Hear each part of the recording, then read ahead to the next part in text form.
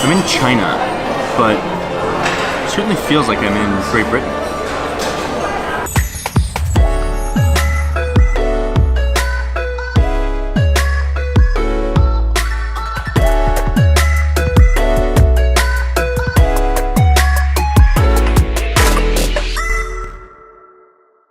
Hong Kong, under British rule, has grown a modern western city in an eastern setting.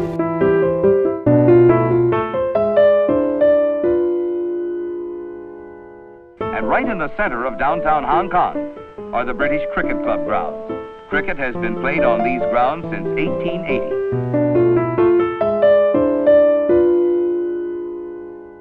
Hong Kong is a peculiar place. It's a British colony until just 1997, and because of that, the British culture here is so visible.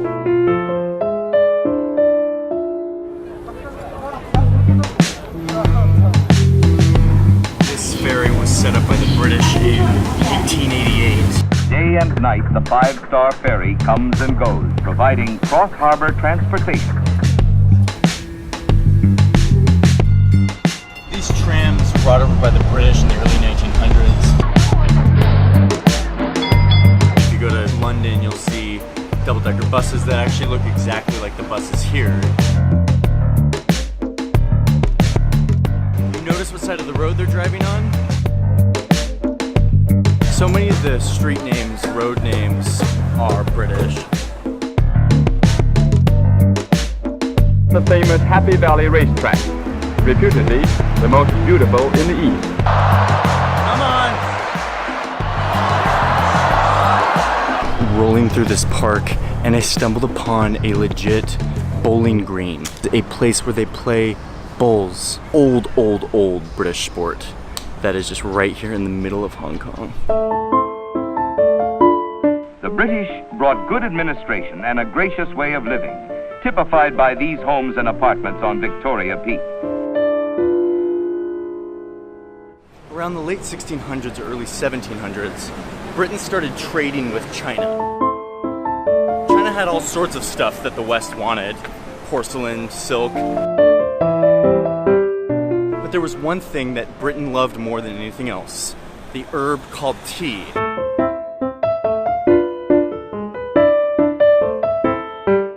China was really the only place on earth that was producing tea on a massive scale, and the people back in Britain became totally hooked on it.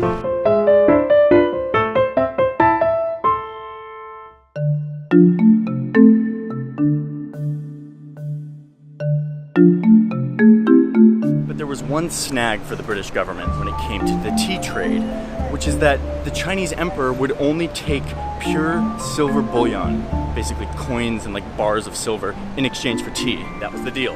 And the British were fine with that. They were like, whatever, man, we'll pay for this, such a valuable thing. Eventually, Britain's treasury ran really low on silver, and it became a national crisis. So Britain came up with a horribly unethical solution to their tea-silver problem. They started smuggling in opium, the highly addictive narcotic that was illegal in China. Britain would sell this opium in exchange for Chinese silver, which they then used to buy tea. And this was the solution to their problem. An illegal drug trade, which is just mind-blowing to me.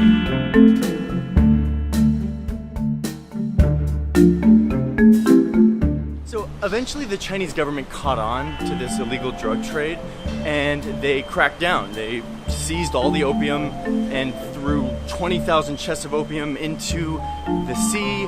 Britain wasn't happy about China seizing all of its opium, so it showed up with its big gunboats and started a war, the Opium Wars.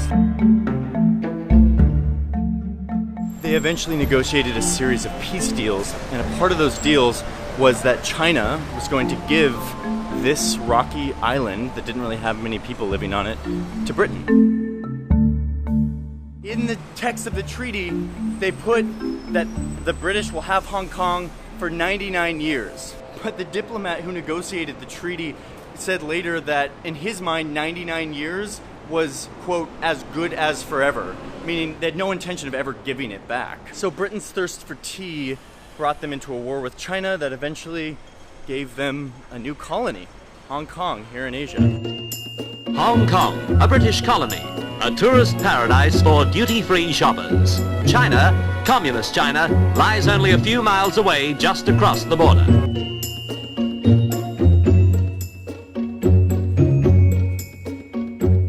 Just walked into this grocery store to meet Billy, who's a historian here, and we're just looking at a bunch of maps, which is like my kind of activity. 因為呢個就係一個十字交界位，係華人聚居、生活同埋洋人活動嘅一個交界處。So one of the things the British did as soon as they got here is they started drawing their own borders in the city to divide them from the local Chinese. 而呢一條街之所以重要咧，就係我哋分界嘅第一條街道。就係咁樣嚟去分咗一個無形嘅界線。喺荷里活道以下嘅地方係中國人活動嘅，係上邊咧就係夜晚歐洲人佢哋居住嘅地方。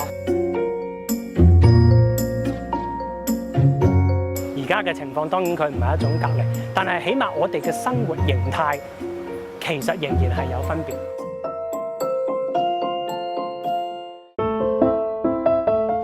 But let's talk about tea again. It remains a symbol as to the different cultures that exist here in Hong Kong. British influence versus the Chinese influence. The British prefer milk in their tea with crumpets and scones and little cakes. Whereas the Chinese will tell you they do not pervert their tea with milk. And they drink tea with dim sum, little buns and cakes.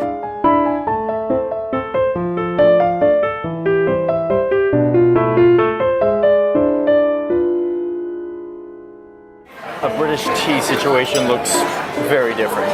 These two traditions played out side by side in the city for many years in a divided way, with the Chinese down in their crowded slums drinking their tea in their tea houses, and the British up on the hills in their aristocratic homes sipping their milk tea. But eventually over time, those boundaries dissolved and the two cultures started to blend and fuse together. 經過咗幾十年甚至過百年嘅時間之後咧，慢慢其實中國人同歐洲人之間都有一種嘅深入嘅認識，同埋咧係一種嘅默契。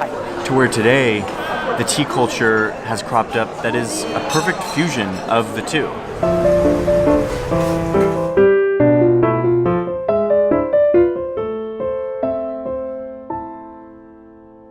But I hate to break it to you, Britain, 99 years is not forever, like the British diplomat thought it was going to be. The actual handover ceremony is about to start. British rule officially comes to an end with a handover ceremony just before midnight. 5-star flag of China, soon to be sovereign over Hong Kong again. I should like, on behalf of Her Majesty the Queen and of the entire British people, to express our thanks, admiration, affection, and good wishes to all the people of Hong Kong. At the stroke of midnight, the Red Star flag of China will go up. For me, it was pure betrayal. We're like being abandoned by the Brits. There was pride in this mix of like the Chinese values and I guess the Western values. An identity of a citizen is not like determined by your passport or something. It's something that you treasure, the culture you're living in. We feel lost in our identity. Our generation have very complicated identity. Yeah.